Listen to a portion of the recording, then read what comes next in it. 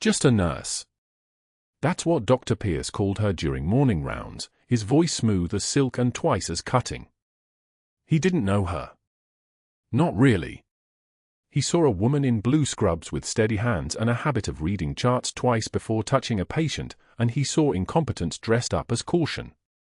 He didn't see the faded Navy SEAL unit patch sewn inside her jacket lining, the one from Tikrit's darkest week. He didn't see the scar tissue on her forearms shaped like rope burns, or the way her eyes moved, scanning, always scanning, like she was reading threats in the fluorescent hum of the pediatric wing. He didn't see Captain Danielle Ross standing in front of him. He only saw someone to dismiss. What he didn't know was that she had already decided to save his patient, and nothing he did would stop her. Danielle moved through Seattle General's pediatric wing at 0600 hours, her footsteps measured and quiet, the rhythm of someone used to moving through dark places. The hallway stretched before her, pale blue walls, equipment carts lined up like soldiers, that particular hospital smell of antiseptic and hope mixed with something nobody named. The ventilators wheezed their mechanical rhythm from the patient rooms. For pumps beeped their steady warnings. Everything here was noise trying to hide how much silence there was underneath. She'd learned to listen to both. Room for 12. Emma Hayes. 6 years old. Hasn't spoken in 14 months. Danielle had read the chart twice, once during last shift's handoff, once in the supply closet at midnight where nobody could see her hand shaking. The file said the child had been in an IED blast outside Fallujah that killed her mother. The mother's name was Catherine Hayes. They'd served together. Danielle had carried her 3 miles through enemy fire, back through the Jolan district, back to the Phi base when the world was fire and screaming. Catherine hadn't made it past surgery. Now her daughter was in room for 12, and Danielle was about to walk in there and pretend she didn't know anything about that. Pretend she was just the quiet nurse who checked vitals and didn't ask questions. She pressed her palm against the unit patch sewn inside her jacket, the emblem from SEAL Team 3, Charlie Platoon, from a lifetime ago when she was someone else. The feel of it under her fingers was like touching ground. Anchor. Reality. Nobody noticed when she did this. The gesture took 0.3 seconds. Invisible. The door to room 412 moved silently on its hinges. Captain Danielle Ross had learned to open doors that way. The child was awake, as always, staring at nothing. Her eyes had the quality of glass, clear, perfect, completely empty. The kind of empty that wasn't peace. It was the absence of everything, which was something worse. Danielle touched the monitor first, checked the digital readout on the oximeter clipped to Emma's small index finger. 94% oxygen saturation. That was acceptable but not optimal. The ventilator dial showed settings that didn't match what the child needed. Dr. Pierce had set parameters at 1,400 hours yesterday, a standard pediatric protocol, adequate for a resting state, but Emma's respiratory response was shallow, her compliance poor. The numbers told a story if you listened. Danielle listened. She adjusted the PEEP from 4 to 5, then increased the tidal volume by 0.8 milliliters per kilogram of body weight. 16 kilograms. 12.8 milliliters. The machine recalibrated with a soft click. Within 90 seconds, the O2 sat climbed to 97%. Emma's chest rose slightly deeper. The monitors showed what numbers always showed when you read them correctly: the child was improving. Danielle made a note in the chart with her usual careful documentation. 0620 hours. Ventilator settings adjusted per patient response. Oxygen saturation improved from 94 to 97%. Compliance improved. She didn't think about whether Dr. Pierce had made a mistake. Doctors made mistakes. That wasn't the point. The point was that Captain Danielle Ross had learned in Tikrit that noticing details nobody else noticed was how you kept people alive. Sometimes it was a tripwire. Sometimes it was a child who wasn't breathing deep enough to survive the day. The skill didn't change. Only the field of work. The door to room 412 opened 14 minutes later.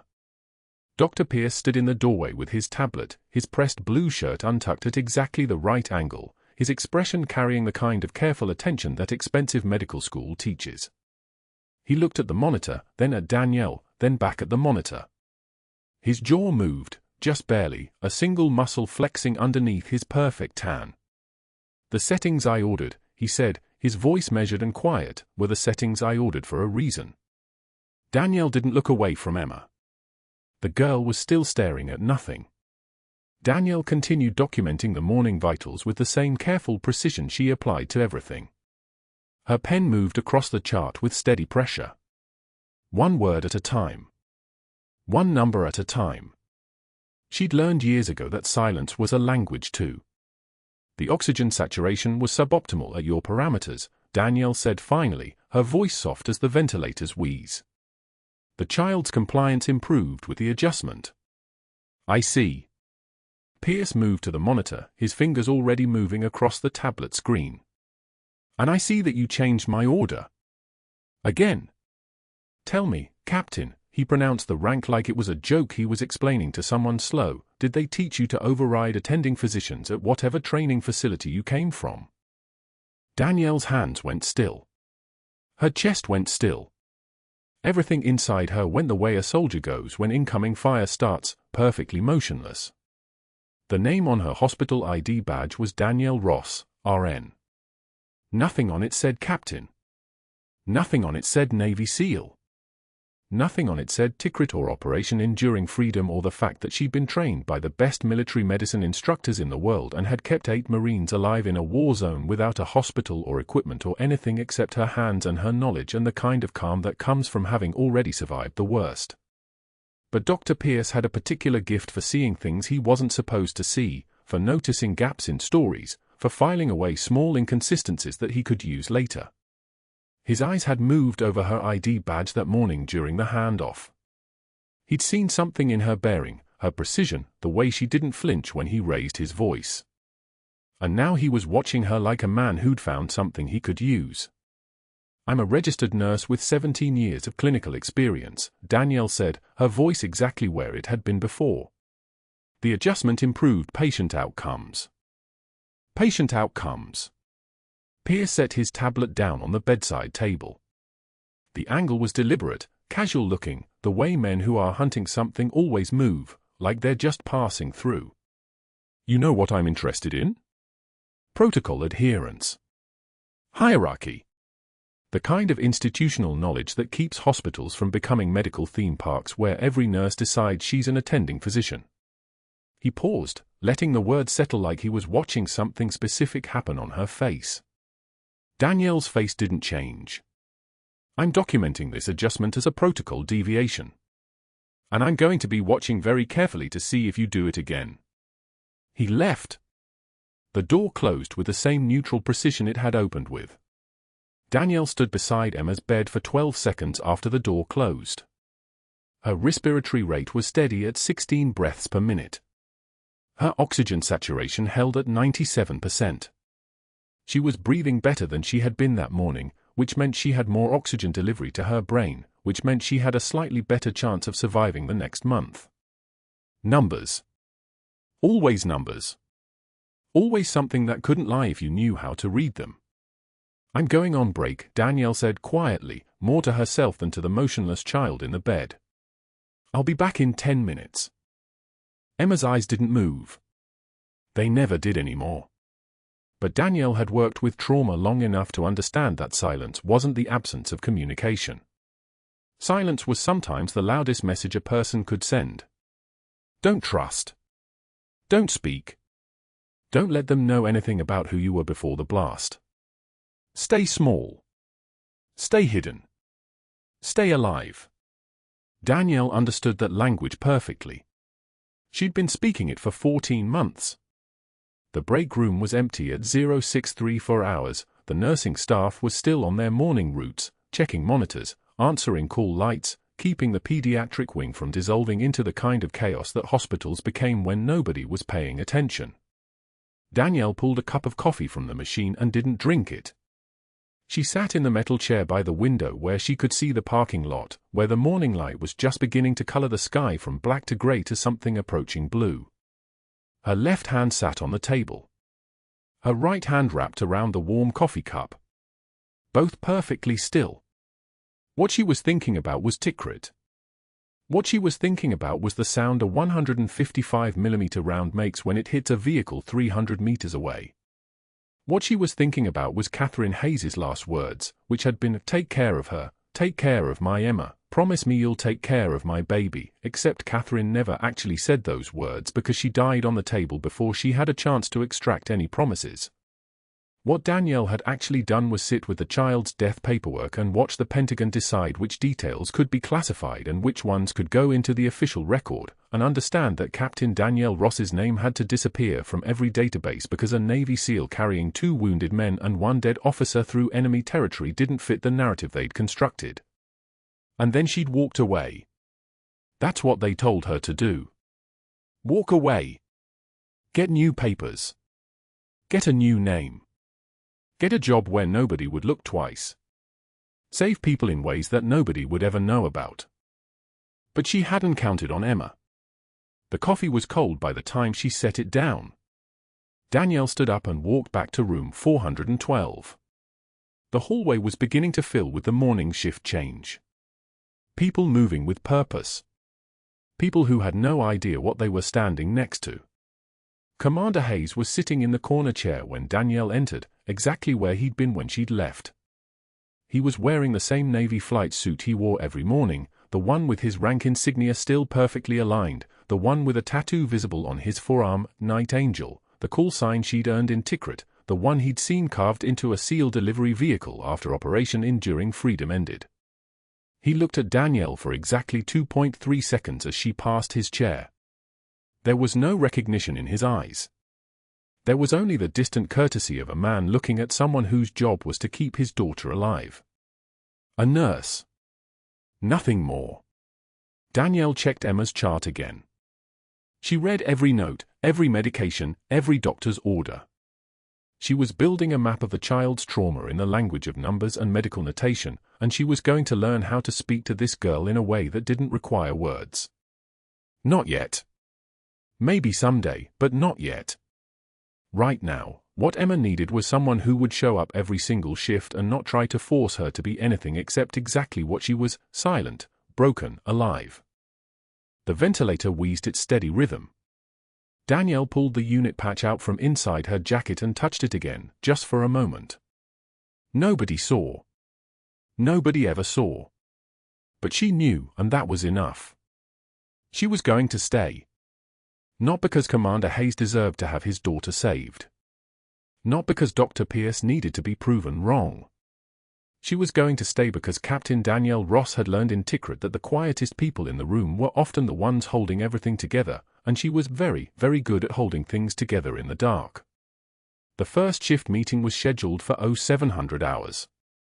Dr. Pierce would be there, tablet in hand, already planning something. But that wasn't the worst part. The worst part was that Danielle could see exactly what was coming, the way a soldier sees an ambush forming in terrain they've already learned to read. She could see the way he'd watched her face when he used that word, captain. She could see the way his mind was already building something, some kind of case, some kind of documentation that would prove she'd overstepped. She could see it coming like incoming fire, and she was going to walk straight into it anyway because that's what soldiers do. They walk toward the danger. They protect the people who can't protect themselves. They don't get to choose when the war ends. What happened next would change everything about how people saw Captain Danielle Ross. But first, she had to survive Dr. Pierce's very careful, very competent destruction of her career. 8 o'clock in the morning. 20 residents crammed into the Grand Rounds conference room at Seattle General, tablets balanced on knees, coffee cups steaming, the fluorescent lights humming their mechanical lullaby. Dr. Pierce stood at the head of the table with Danielle's chart notes held between 2 fingers like a contaminated specimen. His voice moved through the room with the precision of a scalpel. "This," he said, lifting the paper higher, "is what dangerous freelancing looks like." Danielle stood at the back of the conference room. She'd been invited to present her notes on Emma's case, a routine occurrence for nursing staff during rounds. She hadn't expected this. The notes were arranged in his hand so everyone could see her handwriting, her initials, the specific time stamps of her clinical observations. Undertrained staff contradicting physician orders based on hunches, Pierce continued, reading her ventilator adjustment notation aloud. O2 saturation improvement of 12% following parameter modification without consulting the attending. He looked up from the page. His smile was a blade. Perhaps our nurse would like to explain her medical degree. Laughter rippled across the room like a wave. One resident whispered something to the surgeon next to him. The words Florence Nightingale Complex floated across the table loud enough for the third row to hear. Pierce's eyes locked on Danielle in the back. He was waiting for her to break. Waiting for the trembling voice, the apology, the collapse into the role he'd assigned her, careless, overreaching, ignorant. Danielle took one measured breath. The kind she'd learned in Tikrit when incoming fire meant precision mattered more than panic. She met his gaze. Let one tear escape, not from fear, but from something colder than that. From 18 years of knowing her worth and watching a man with a nameplate and a hospital credential try to erase it. She wiped the tear with steady fingers. When she spoke, her voice was so quiet that 3 residents leaned forward to hear it. The patient's O2 saturation improved 12%, doctor. Her lung compliance recovered. She came off the sedation protocol 6 hours ahead of your predicted timeline. Those are clinical facts. The room went so quiet you could hear the ventilation system working behind the walls. Pierce's jaw tightened. His grip on the paper shifted. He'd prepared his response to tears. He'd prepared for an apology. He hadn't prepared for someone stating objective medical outcomes in a voice that sounded like a court record. The patient's father is a SEAL commander, Pierce said, his tone dropping to something more dangerous. Perhaps he appreciates that level of insubordination toward his daughter's attending physician. Maybe you should be working at the VA instead. Better suited to that environment. More laughter. Forced this time. Nervous. The resident sensed something had shifted, though they couldn't identify what. One attending physician, a cardiologist who'd worked alongside Danielle for 4 years, looked down at his tablet instead of at Pierce. The meeting continued. Pierce moved on to another case, another presentation. But everyone in that room had witnessed something. They'd seen a woman who should have crumbled stand instead with her spine straight and her voice steady. They'd seen her acknowledge the attack without accepting the verdict it contained. That afternoon, Danielle approached the vending machine on the 3rd floor break room. Her hands were steady. Her breathing was even. There was no tremor in her fingers as she fed quarters into the machine. Dr. Rashid and Dr. Chen stood 3 feet away, engaged in conversation about a conference in Denver. She'd shared coffee with both of them in the week before. Chen had recommended a restaurant in Capitol Hill. Rashid had mentioned his daughter's college entrance exams. They turned their backs when Danielle stepped toward them. It wasn't dramatic. It wasn't a hostile gesture followed by words. It was simply, they pivoted. A quarter turn of the body. A shift in conversational angle that positioned their shoulders away from her completely. Rashid continued speaking about the conference. Neither of them acknowledged her presence. She stood there holding quarters in one palm, watching. The vending machine's compressor hummed like a living thing. A packet of almonds dropped into the slot with a hollow sound. She didn't move. The conversation about Denver continued. The weather. The quality of the hotel breakfast. Chen laughed at something Rashid said. They walked away without looking back. Danielle stood at the vending machine for another 11 seconds, then selected a bottle of water she didn't want. Dr. Pierce walked past 45 seconds later. He moved slowly. Deliberately. He was with an intern, a third-year resident named Marcus who wore his white coat like armor. Pierce spoke low enough to be private but loud enough for Danielle to hear with absolute clarity. Security should escort insubordinate personnel from the building. Patient safety issue. Can't have people questioning protocol without understanding the chain of command. He placed a hand on the intern's shoulder. Learn this now, a good physician knows how to manage staff. Especially the ones who think they know more than they do. Marcus nodded seriously. He glanced at Danielle. His eyes said he was absorbing the lesson. She was the example. The warning. The clinical case study in what happened when you stepped outside your lane. Danielle met Pierce's gaze across the corridor. The fluorescent lights made his skin look paper-thin. Made his eyes look like they belonged to something that had never actually seen a patient, only seen people he could control or people he needed to destroy. She let one more tear escape, just one. She wiped it with steady fingers. When she spoke, her voice was the voice of someone who'd survived far worse than institutional politics, and she wanted him to know it. I've been dismissed by better men than you, Doctor. She turned and walked toward Emma's room. Behind her, she heard the intern whisper something to Pierce.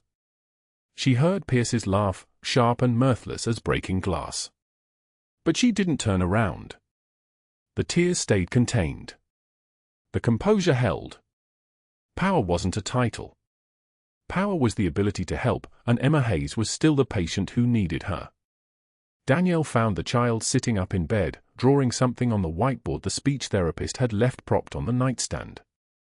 Emma didn't speak, hadn't spoken since the IED blast in Tikrit that killed her mother 9 months ago. But her hands moved with intention. A sun. Stick figures. A shape that might have been a bird or might have been the symbol her father had on his forearm. The call sign he whispered in his sleep when the nightmares came. That's beautiful, Danielle said, and she meant it. She meant it the way you mean things when you've just been publicly dismantled and you're choosing to show up anyway. Can you tell me about it? Emma turned the whiteboard so Danielle could see it clearly. The sun was perfectly round. The figures held hands. There was a name written at the bottom in careful letters that took enormous concentration to produce. A single word, Angel. Danielle's hand steadied completely. The tears, which had been a calculated performance, a precise application of human emotion to remind Dr. Pierce that she was a person and not just a problem to solve, those tears stopped. What remained was something harder. Something forged in a desert 9 years ago and perfected in a hospital corridor this very afternoon. Over the next 7 days, the hospital's culture shifted like a fault line moving beneath the surface. Dr. Pierce didn't stop. He escalated. He filed a formal complaint to the hospital administration citing pattern of insubordination and scope of practice violations. The document was 11 pages. It included 6 separate incidents from the past for months where Danielle had questioned his orders. He attached each case note. He cited Hospital Policy HC 47B about nursing scope of practice, Regulation EMS 112 about chain of command communication, an obscure clause from the Nursing Handbook page 247 about care deviation protocols. Each citation was perfectly formatted. Each reference was legitimate. Each incident, objectively, documented her asking questions. What the paperwork didn't include was the outcome. Every single time she'd questioned him, the patient had improved. The data would have undermined his thesis. Danielle received a formal written warning on Thursday afternoon. She signed it without comment. Her signature was steady. Her hand didn't shake. That evening, she sat at her kitchen table reading through the hospital's termination procedures handbook, highlighting sections of the employment agreement while her son played video games upstairs. But that wasn't the worst part. Pierce had started whisper campaigns in the spaces where institutional power accumulated. He'd called the pharmacy director. We should monitor controlled substance access by Ross, he'd said. Just as a precaution. I'm not accusing her of anything. I'm sure everything is fine. But the seed was planted. The pharmacy director now required Danielle to sign additional documentation for every opioid she dispensed. He'd mentioned to the unit manager that we should probably review her charting for liability exposure. Another seed. Another crack in the foundation that didn't need to be visible to do its damage. He'd suggested in the physician's lounge that community college nurses lack the critical thinking training for independent case assessment. 5 attendings had heard it. By Friday, 3 of them were pre-signing orders before rounds, leaving no room for input, no opportunity for clinical observation, no space for the kind of careful nursing that had saved Commander Hayes's daughter's life 3 weeks earlier. The isolation was precise. Professional. Impossible to file a complaint about because none of it was explicit. It was the kind of institutional assassination that left no blood on anyone's hands. Commander Hayes noticed the tension one afternoon when he came to pick Emma up from her physiotherapy session. Danielle was helping the child back into her street clothes, moving with the ease of someone who'd done this 100 times.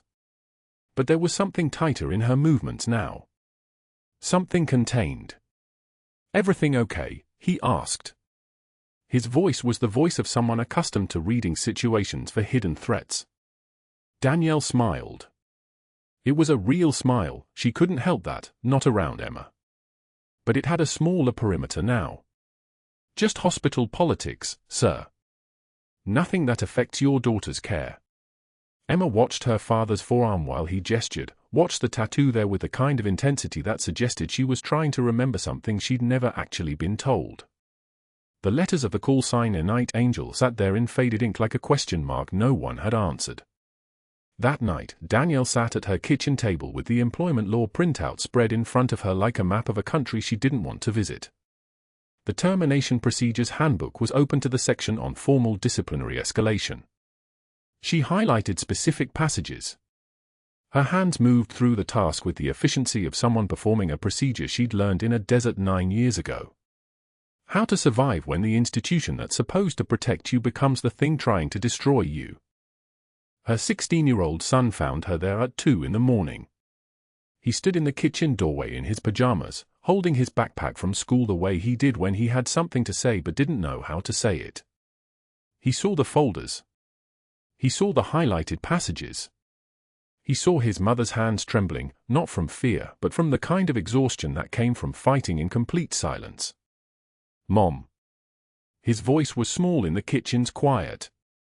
Danielle looked up. She closed the folder with deliberate care. "Just paperwork, honey. Go back to bed." He didn't move. He was 16 now. Old enough to recognize when the person he depended on was depending on something else to hold together. Old enough to know that everything was about to change, and there was nothing he could do to stop it. She reached out and pulled him into an embrace. He smelled like sleep and the fabric softener from his sheets. He felt like the only reason she'd left the Navy. The only reason she'd chosen medicine over combat, nursing over the kind of mission that required you to carry 3 wounded men 2 miles through enemy fire. "I'm okay," she whispered. She wasn't okay. She'd been dismissed by better men than Dr. Pierce, but she'd never been dismissed by an institution. That was a different kind of warfare entirely. The documentation began that Monday morning, meticulous and damning. Dr. Pierce opened a new file in the hospital database, not in Emma's chart, but in Danielle's personnel record. The title bar read, "Clinical Performance Concerns, Pattern of Insubordination." He typed with the precision of someone who'd learned that paper trails were sharper than arguments. Each keystroke deliberate. Each sentence legible enough to survive legal review. 6 separate incidents. That's what he listed. 6 moments where Danielle had questioned his clinical judgment or adjusted protocols without explicit pre-approval. He pulled the ventilator incident from 3 days ago, the setting she'd changed that had saved Emma's life, and framed it as an unauthorized modification of prescribed respiratory support without attending physician consultation. He found a medication timing she'd queried from 2 weeks prior, questioned drug administration schedule despite clear physician orders. He documented her request for additional labs on a post-op patient as attempting to override surgical team recommendations. Each entry precise. Each word chosen to sound professional while building an architecture of liability around her name. The charge nurse found Danielle in the break room that afternoon, tablet in hand, face unreadable. He's filed a formal complaint, the charge nurse said quietly. 6 incidents. Says there's a pattern of boundary violations. Danielle nodded once. She'd expected this. She'd known the moment Pierce's eyes locked onto hers across the corridor that he was a man who couldn't tolerate being made invisible, and she'd made him very visible indeed. What neither of them knew was that Emma's condition was already beginning to shift. By Wednesday, Danielle noticed the subtle changes during her routine evening rounds. Emma's face carried a puffiness around the cheekbones that hadn't been present 72 hours earlier. The girl's breathing had become slightly more labored, nothing dramatic, nothing that would trigger alarms, but present to someone whose hands had held trauma victims together in Tikrit heat and whose eyes had learned to read the smallest physiological whispers. Strider. That's what Danielle heard when Emma shifted position on the bed. A subtle high-pitched breathing sound, almost like a distant train whistle. The sign of airway swelling. Laryngeal edema. Anaphylaxis doesn't always announce itself with screaming. Sometimes it whispers. Danielle documented everything in meticulous detail. Temperature elevation of 0.4 degrees. Facial edema noted in periorbital and buccal regions. Respiratory pattern change, baseline 18 breaths per minute, now 22. Strider audible on position change. She typed each observation into the chart with the same precision that Pierce was using to build his case against her, but her observations were anchored in clinical reality. She wasn't guessing. She wasn't overreaching. She was watching a child's body send warning signals that someone needed to hear. Thursday morning, she submitted the recommendation formally, request allergy and immunology consultation to rule out allergic reaction and establish safe medication profile. She included her observations, attached her vital sign documentation, and routed it to Dr. Pierce for approval as was protocol. As was required. As was the only path available to someone without prescribing authority. Pierce reviewed it at 10:11 a.m. The hospital records would later show the timestamp of his denial, filed 17 minutes later. He wrote in the chart, anxiety reaction secondary to paternal stress. No acute medical indication for allergy consult. Mother's recent loss may be creating perceived symptoms. Recommend continued observation and reassurance. He signed it with the digital signature that carried the weight of attending physician authority. Then he attached a brief email to the charge nurse, nursing staff concerned regarding patient emotional status. Recommend minimizing variable care providers. Patient benefits from consistency and calm presence. Will manage directly. What he meant was, remove her. The shift reassignment came Friday morning, delivered by the charge nurse with genuine apology in her voice. Pierce wants you rotated to surgical for the next 3 shifts, she said, avoiding direct eye contact. He says it's to provide comprehensive care through team rotation. Fresh perspective on the case. Danielle set down her coffee mug. Emma knows me. She's starting to trust someone after 6 weeks of silence. I know. The charge nurse's voice dropped. But Pierce sent an email about patient-staff boundary concerns. His noting in the record that you may have become emotionally over-involved. His invoking policy 4.7, preventing attachment that could compromise clinical objectivity. The language was bureaucratic poison. Elegant. Institutional. Unanswerable. How do you defend against the accusation of caring too much for a trauma patient? How do you prove that your investment in her recovery is clinical necessity rather than emotional pathology? You don't. You comply. You move to surgical. You watch from a distance as a child whose nightmares you've been holding at bay slowly suffocates on swelling you documented and a doctor in a pressed coat dismissed. Danielle nodded. I understand. For 2 nights, she worked the surgical wing while rotating nursing staff covered Emma's care. She heard through the grapevine that Commander Hayes had requested her specifically, asking why his daughter's nurse had vanished. Pierce had told him, we're ensuring comprehensive care through team rotation.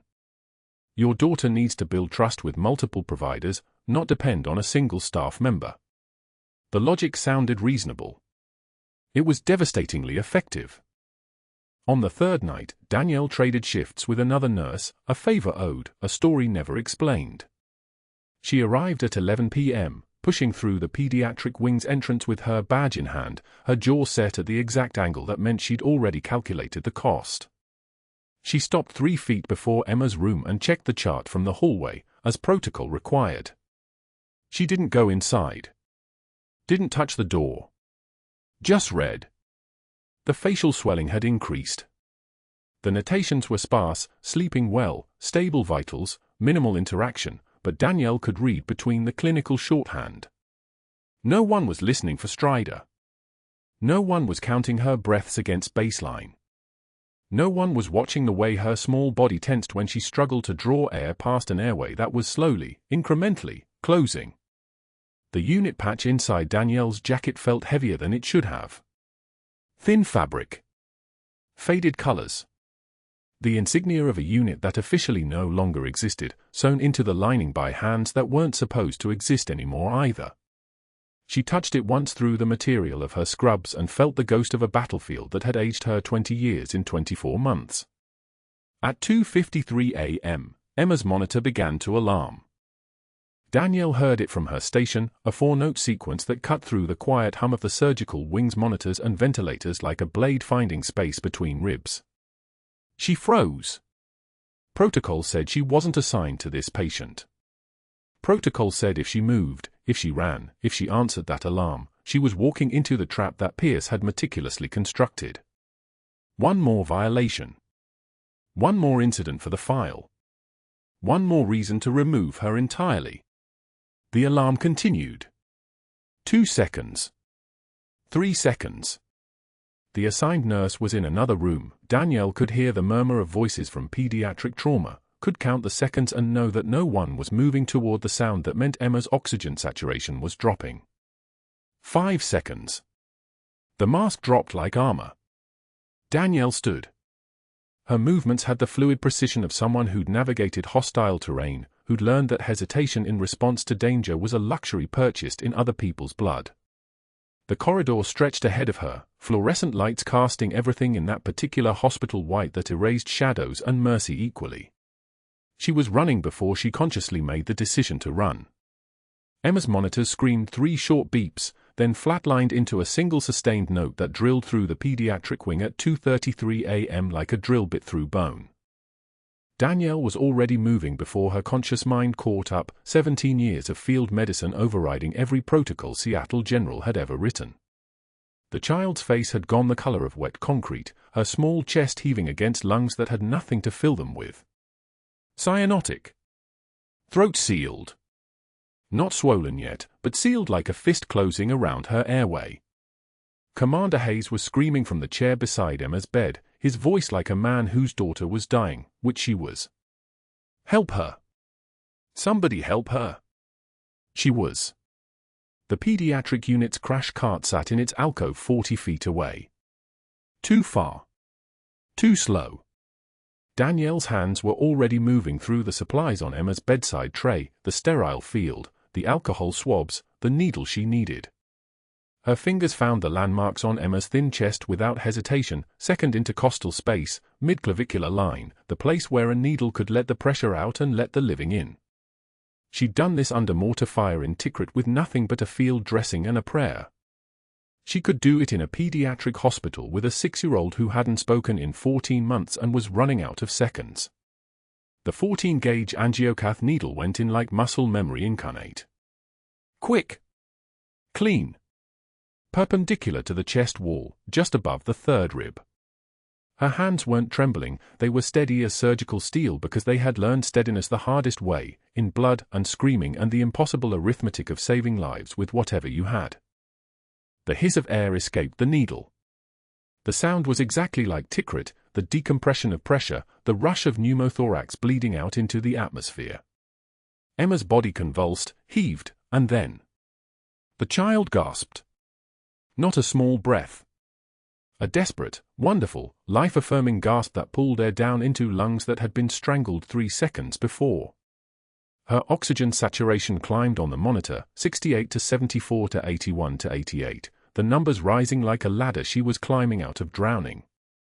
Danielle called out in a voice that sounded like someone else, someone with authority worn into her bones, Code Blue, Pediatric ICU, anaphylactic shock with tension pneumothorax. Prepare epinephrine, 1 mg 4, and get me a pediatric airway kit. Now. It wasn't a request. It was a command. Commander Hayes had stopped screaming. He was on his knees, his hands reaching for his daughter, his massive frame folded like a man who'd forgotten how to occupy space. Emma. Baby, breathe. Just breathe. Emma was breathing. Danielle maintained pressure on the needle, kept her palm flat against the child's sternum where she could feel the small heart starting to find rhythm again. Her scrubs were soaked, not all of it Emma's blood, some of it arterial spray from the decompression, the kind of visceral evidence that would have made most nurses hesitate. She'd already moved past hesitation. She'd moved past fear. She was in the place where nurses became something else entirely, where training and instinct and sheer refusal to lose fused into something that looked like calm from the outside. The crash team burst through the door at 2:54 a.m.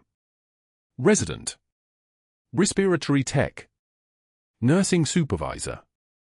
And 20 seconds behind them, Dr. Pierce, still buttoning his white coat, his face cycling through confusion to comprehension to a kind of cold fury that only appeared when he saw Danielle's hands on his patient and understood what she'd done without waiting for his permission. "What have you done?" His voice was quietly dangerous, the way voices get when a man realizes he's been outmaneuvered. Danielle gave her report with the clipped precision of someone who'd briefed military commanders. Undiagnosed severe allergic reaction.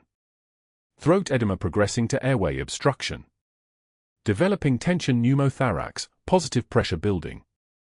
I performed emergency needle decompression, second intercostal space, midclavicular line, 14-gauge angiocath. Patient oxygen saturation increased from 68 to 88%. Vital signs stabilizing. Pierce stared at her hands covered in blood, still pressed against Emma's small chest, still keeping her alive. "Step back." His voice was flat. Final. The sound of a man who'd already decided what was going to happen next. She stepped back. She had to trust the team now, and she did. The respiratory tech was already managing Emma's airway, the resident was calling for a chest x-ray to confirm the diagnosis, the nursing supervisor was setting up for transfer to pediatric ICU where Danielle would no longer have access to anything that mattered. Pierce was on his phone before the crash team finished moving Emma from the bed to the transport stretcher. He was still on his phone at 3:36 a.m. when he filed the first of 7 formal complaints, his handwriting meticulous as a surgeon's, each violation cited with the precision of a man who'd learned bureaucracy the way he'd learned medicine, as a weapon. Form H-Seal 89, performed procedure outside scope of nursing practice without physician authorization or present supervision. Form M34, failure to wait for attending physician to assess patient before implementing treatment protocol. Form HR 112, direct violation of written reassignment order dated the 2nd of July, 2024, patient care reassigned away from nursing staff member, reassignment willfully ignored. Form RM 67, unauthorized use of hospital equipment and sterile supplies without physician order, creating potential harm to patient. By 4:15 a.m. he was drafting the 8th complaint, the one that would finish her. The one that never needed to be proven, only investigated. Suspected controlled substance diversion. Unexplained access to medication room during unauthorized patient contact. The language was careful, oblique, legally airtight. He didn't need to prove she'd taken anything. The investigation alone would trigger a DEA inquiry. The inquiry alone would flag her with every hospital system in the state. Even if she was cleared, which took months, sometimes years, the shadow would follow her like a second name. By 7:41 a.m., her badge was deactivated. Security, 2 young men who looked embarrassed about the whole thing, escorted her to her locker. She was given 30 minutes to remove her personal items. She was not allowed to speak to any staff members. She was not allowed to access patient records. She was not allowed to say goodbye to Emma Hayes, who was sleeping in pediatric ICU with her father finally sitting beside her instead of screaming, his massive shoulders bent over his breathing daughter like he was holding her to the earth. The faded unit patch was still sewn into the lining of her jacket, right where she'd kept it for 8 years, the Tikrit operation insignia, the thing that would get everyone killed if anyone knew what it meant. She pulled on the jacket over her blood-stained scrubs and walked through corridors that had felt like home for the first time since she'd stopped being captain. The parking lot was grey with February rain, the kind of rain that fell on Atlanta with no particular malice, just the simple inevitability of weather. She sat in her car for 17 minutes before she could convince her hands to start the engine. At 2:15 p.m. that Wednesday afternoon, her son found her at the kitchen table. She was still wearing the blood-stained scrubs because she hadn't thought to change them.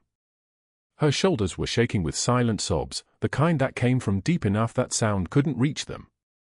He stood in the doorway with his backpack slung over one shoulder, not understanding why Mom was home at 2 p.m., not understanding why her hands were shaking, not understanding that everything was about to change in ways he couldn't fix. She looked at him and couldn't find words. There were no words that could explain how to lose everything while saving a life. How to be erased for being exactly what she was supposed to be. How to protect the people you loved by disappearing. But that wasn't the lowest point yet. The lowest point came at 6:06 p.m., when Commander Hayes called the house, the only number Danielle had ever given him, back in Tikrit, back when she was someone he could call. His voice was steady but wrong, like a man using muscles he hadn't flexed in years. "I need to thank you," he said. "Emma spoke today. First word in 14 months. She said your call sign. She said the night angel." Danielle's breath stopped. "I don't know how she knew that name," Hayes continued. "But she remembered. And I remembered.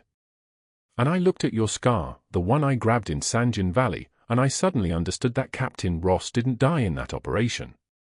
She just disappeared." The silence stretched between them like a mile of dark road. "I also understand," he said quietly, "that Dr. Pierce filed a complaint about controlled substance diversion 45 minutes ago.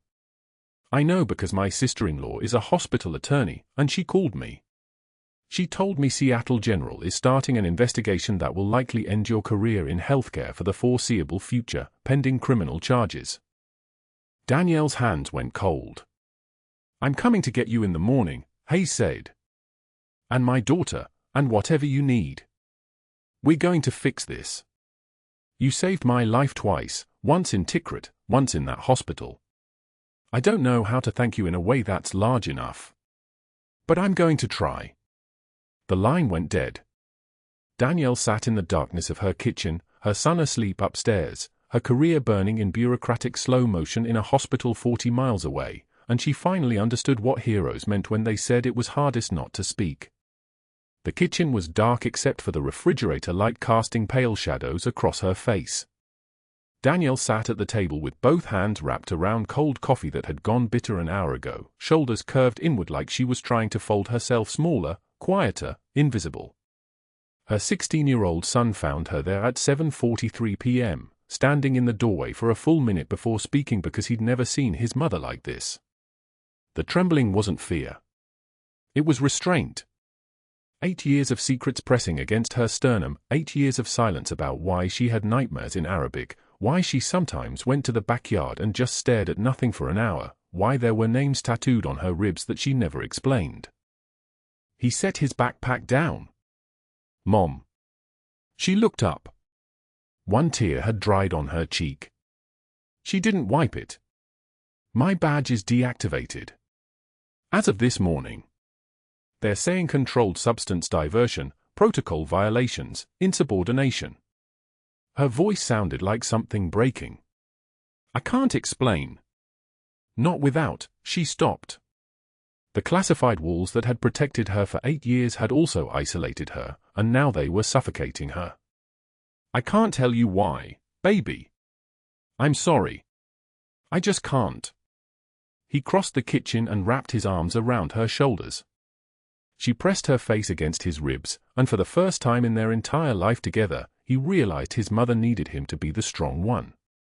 At 0900 the next morning, that same 16-year-old walked past hospital security with a locked aluminum case under his arm.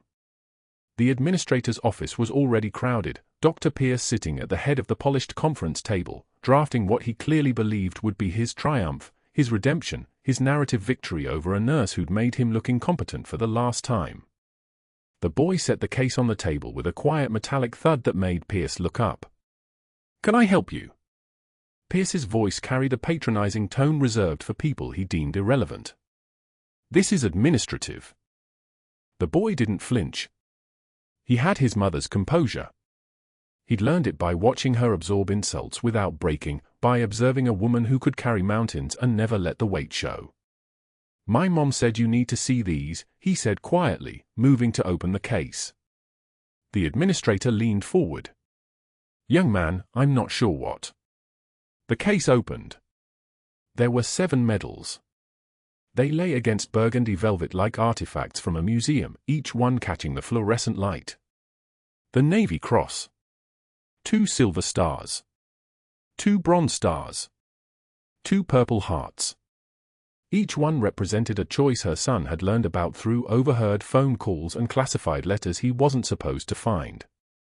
Commander Hayes, who'd been standing in the corner with Emma wrapped against his chest, went very still. Emma whispered something. Just 2 words. "Night Angel." The room didn't just go silent. The oxygen seemed to leave it. Commander Hayes' face went white. He was remembering. 8 years in Tikrit, 3 missions together, a sand-buried phi base and a woman with blood on her hands who'd carried him 2 miles through enemy fire while insurgents were shooting at her back. A woman he'd watched die. Except she hadn't died. She'd walked away.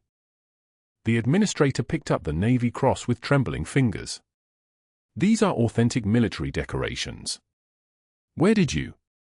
A man appeared in the doorway. Marine Colonel, dress blues, the kind of presence that made other men feel smaller. He held up his phone. "I'm Colonel Mercer, VA liaison upstairs. I've been here 6 weeks and I just heard about this situation from a resident who happened to mention your nurse saved a SEAL commander's daughter." He opened his phone to a citation on his screen and began to read. His voice shook. "Captain Danielle Ross, Naval Special Warfare Command. For extraordinary heroism on June 14, 2016, in Tikrit, Iraq. Under heavy enemy fire, Captain Ross provided emergency medical intervention to 3 critically wounded SEALs, established a tactical litter system using field resources, and carried 3 wounded men under fire for 2.3 miles through hostile terrain to extraction point Razor 6, sustaining 2 gunshot wounds in the process." The colonel looked up. "She saved 3 lives that day. 3 Navy SEALs. One of them is standing in this room." Pierce's face had gone the color of old bone. He started talking very fast. "This is impossible. Records don't exist for personnel with her background. She doesn't have formal credentials, she was hired as a standard RN, she violated protocols, his voice was climbing. The desperation in it was almost animal. There's fraud here. The Pentagon doesn't just hide people. Records could be falsified. I was protecting patient safety." The door opened again. A Pentagon liaison in a dark suit, carrying a tablet. She didn't sit down. "Captain Ross's entire military record is classified at the secret FNOFORN level. Her medical credentials include, in addition to her RN, a certification in tactical combat casualty care and a master's in clinical trauma medicine from Johns Hopkins. Her service record includes deployments with 3rd Battalion, 5th Marines, SEAL Team 3, and Joint Task Force operations spanning 12 years. The liaison showed the tablet to the administrator. Files opened. Photographs appeared. Danielle in dress blues, medals arranged in perfect order. Her captain's insignia. Her last official photograph, taken in 2016, 2 months before the operation was buried and disavowed. She was told that surfacing would endanger classified personnel, the liaison continued quietly. That's why she became a nurse under her civilian name. That's why she's been silent. Not because of incompetence. Because of security clearances and operational security and a Pentagon order that said she was dead. Pierce opened his mouth. Closed it. Opened it again like a fish suffocating in air that had suddenly become too thin. She violated hospital protocols. I documented everything. 7 separate incidents, which constitute harassment based on her protected military status, said a woman in an FBI windbreaker who'd just walked in behind the Pentagon liaison. We've reviewed your file access logs, Dr. Pierce. You accessed Captain Ross's personnel file at 03:47 on the morning of her termination. You attempted to add 3 backdated complaints. You tried to alter her credential verification records to match those access times. The timestamps don't align. You claimed she lacked nursing certification she actually holds. We found the attempted alterations in the hospital database because you forgot that hospitals have audit trails. The words hit him like physical blows. Pierce tried to stand. His legs didn't cooperate. His hands were shaking. The investigation into your conduct began at 0600 this morning, the FBI agent continued. Her partner appeared in the doorway and began reading Pierce his rights. The words fell into the office like stones into still water. Conspiracy. Computer fraud. Systematic harassment. Falsification of records. Endangerment of a minor. You will surrender your medical license pending investigation. You are terminated from Seattle General effective immediately. They didn't make him walk out in handcuffs, not right away. First, they let him sit in that conference room while the administrator reviewed the timeline. The nurse who could have identified him as allergic reaction was reassigned. The allergy consult that Danielle had escalated was dismissed by Pierce himself. The child nearly died because he wanted to eliminate a woman who made him look incompetent. The child was saved by the nurse he was firing. When they finally did walk him out, the walk took 90 seconds. The same corridor where he'd called her insubordinate staff in front of residents. Past the vending machines where he'd suggested security escort her from the building. Through the Grand Rounds Theatre where residents were gathering for afternoon cases, residents who'd smirked behind their tablets while he humiliated a SEAL captain in a stethoscope. When they passed, the residents stopped talking. Several took out their phones. The walk would be on social media within an hour. The humiliation would follow him. The perp walk would be the last memory most people had of Dr. Pierce. In the parking lot, FBI agents placed him in a sedan. His medical license was suspended pending investigation. The state medical board opened its own inquiry. Every hospital where he'd worked in the past 8 years suddenly requested file reviews. 3 settlements appeared. 2 patients filed civil suits. The whisper campaigns he'd orchestrated came back to haunt him with geometric precision. Inside the hospital, Commander Hayes was still holding Emma. She was holding onto him and staring at Danielle with an intensity that only a traumatized child could muster. He kneeled down, looking at her intently. "Baby, do you recognize her?" Emma nodded. It was the first intentional gesture anyone had seen from her in more than a year. Danielle moved closer, and for the first time since the operation in Tikrit, she let her guard down completely. She pulled up her sleeve. There was the scar. A clean entry wound on her forearm where a 7.62 round had passed through without hitting bone, just missing the radial artery by millimeters. The kind of scar that told a story if you knew the language. Commander Hayes looked at it. He looked at her eyes. 8 years of memory rewrote itself in real time. The woman standing in front of him wasn't dead.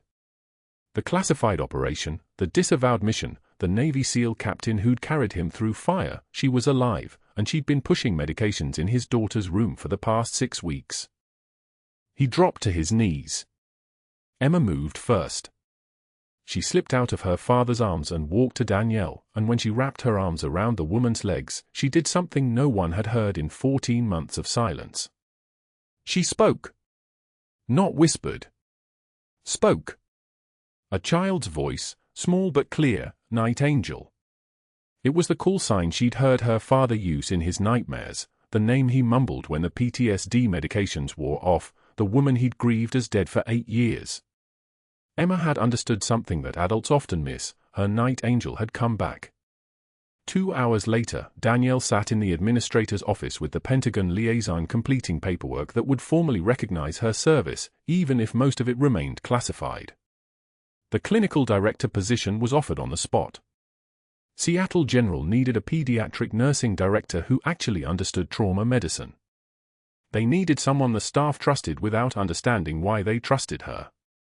They needed a woman who could teach young nurses how to see beyond the obvious. The newspaper article appeared the next day: local Navy SEAL and hospital hero save child together, classified service record revealed in fraud investigation. Danielle was photographed in her Navy dress blues for the first time in 8 years, medals arranged in perfect military order, her son standing beside her. The photograph would be framed in the hospital's hallway. It would become part of the training curriculum for new nurses. 2 years passed. Commander Hayes retrained as a physician assistant and now worked in the same wing as Danielle, his Navy SEAL tattoo visible on his forearm every shift. Emma was 8 years old and spoke in complete sentences and drew pictures of heroes for everyone. Danielle ran morning shadowboxing sessions with her before school, teaching the girl to punch like someone who'd trained with the best operators in naval special warfare. Danielle taught grand rounds now. The auditorium was packed every time. Residents hung on every word because every word came from someone who'd practiced medicine in the most austere circumstances imaginable. She taught emergency needle decompression using a dummy and a voice that made even seasoned ER doctors lean forward. After each presentation, residents would approach her privately. They wanted to know about Tikrit. They wanted to know about survival. They wanted to know how to be good when everything was breaking. Dr. Pierce taught CPR fundamentals at Atlanta Community College for $18 an hour with no benefits. His medical license was permanently revoked. The college let him go after the first semester when students started complaining they wouldn't accept certification from someone with his background. He worked retail now. He saw his former residents sometimes in medical journals, their bylines on research papers, their names on hospital letterhead. They never mentioned him. Sometimes one would pass through Atlanta on a conference and he'd see them on campus, and they'd see him, and they'd look away. The world was exactly as balanced as it should be. In the conference room at Seattle General, Danielle met with new nursing staff on their first day. She wore her dress white coat with the faded unit patch sewn into the lining where only she could see it. A reminder. A constant. A conversation between her hands and her heart. You'll face people, she told them, who confuse credentials with competence. Titles with truth. They'll try to make you smaller because your competence threatens them. They'll write papers about it. They'll call it policy. They'll use bureaucracy as a weapon. She paused. Looked at each of them. Don't shrink. The patients need you too much. The door opened. Emma burst in with a drawing, Danielle carrying 3 stick figures through fire.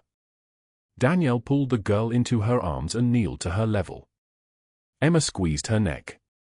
The child who hadn't spoken for 14 months looked directly at her and said, "Clear as water, you stayed." Danielle's eyes closed. She held the girl, and in that moment, all 8 years of silence, all the humiliation, all the institutional warfare, all the nights she'd cried alone in parking lots, it transmuted into something else entirely. Purpose. Completion. The moment when a nurse became what she was always meant to be. She stood, still holding Emma, and addressed the new nurses one last time. Her voice had dropped an octave. The timid demeanor had fallen away. What remained was the woman who'd carried 3 SEALs through enemy fire. Power is not a title. Power is the ability to help. They applauded. The sound echoed through the hallway where Pierce had once humiliated her. The same hallway. The same hospital. Transformed by a single act of refusal, her refusal to give up on a child, her refusal to break under pressure, her refusal to let bureaucracy define her worth. Outside, spring rain fell on Seattle. The kind of rain that sounds like applause on glass. Somewhere in Atlanta, Pierce graded CPR quizzes that no one would ever take seriously. The world continued its rotation. But here, in this hospital, in this moment, a SEAL captain held a child who'd learned to speak again, and a nurse had finally come home. If you've ever been underestimated by someone who didn't know your true value, subscribe and like this video. Comment below, would you have saved her career or walked away when the pressure came? And hit that notification bell, because the quietest person in your hospital, your school, your workplace might just be the one holding it all together.